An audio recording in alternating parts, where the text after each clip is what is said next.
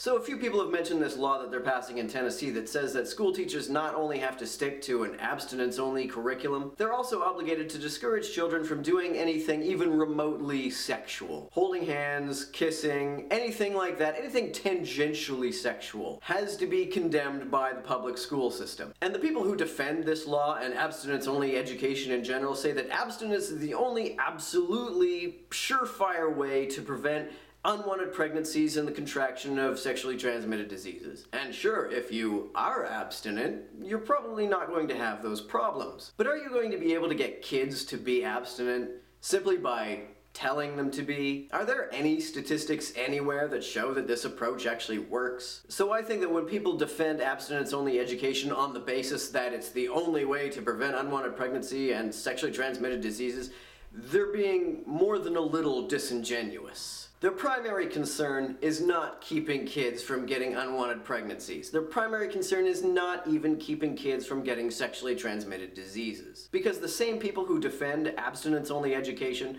are the same kind of people who are against the HPV vaccine. People like Michelle Bachmann, who use this bullshit excuse that they don't like the HPV vaccine because they think it's dangerous. Which is bullshit on its own, but even if it were dangerous, do you really think that the reason why Michelle Bachmann is opposed to it is because it might be dangerous? No. People who are against this vaccine and people who are against comprehensive sex education want sex to be as dangerous as possible. They don't want people having sex at all, unless they're married. They're not really interested in preventing STDs from spreading. If you're gonna have sex outside of marriage, they want you to have as much risk of catching an STD or getting an unwanted pregnancy as possible. That's why Rick Santorum doesn't like birth control. These people hate anything that would make sex outside of marriage safer or more enjoyable. Their attitude is if you have sex outside of marriage and you catch an STD, serves you right. That's the way God intended it. After all, Jesus healed people with leprosy, not the clap. They don't want to reduce the risk of STDs, even to their children. They want their children to remain as terrified of sex as they are.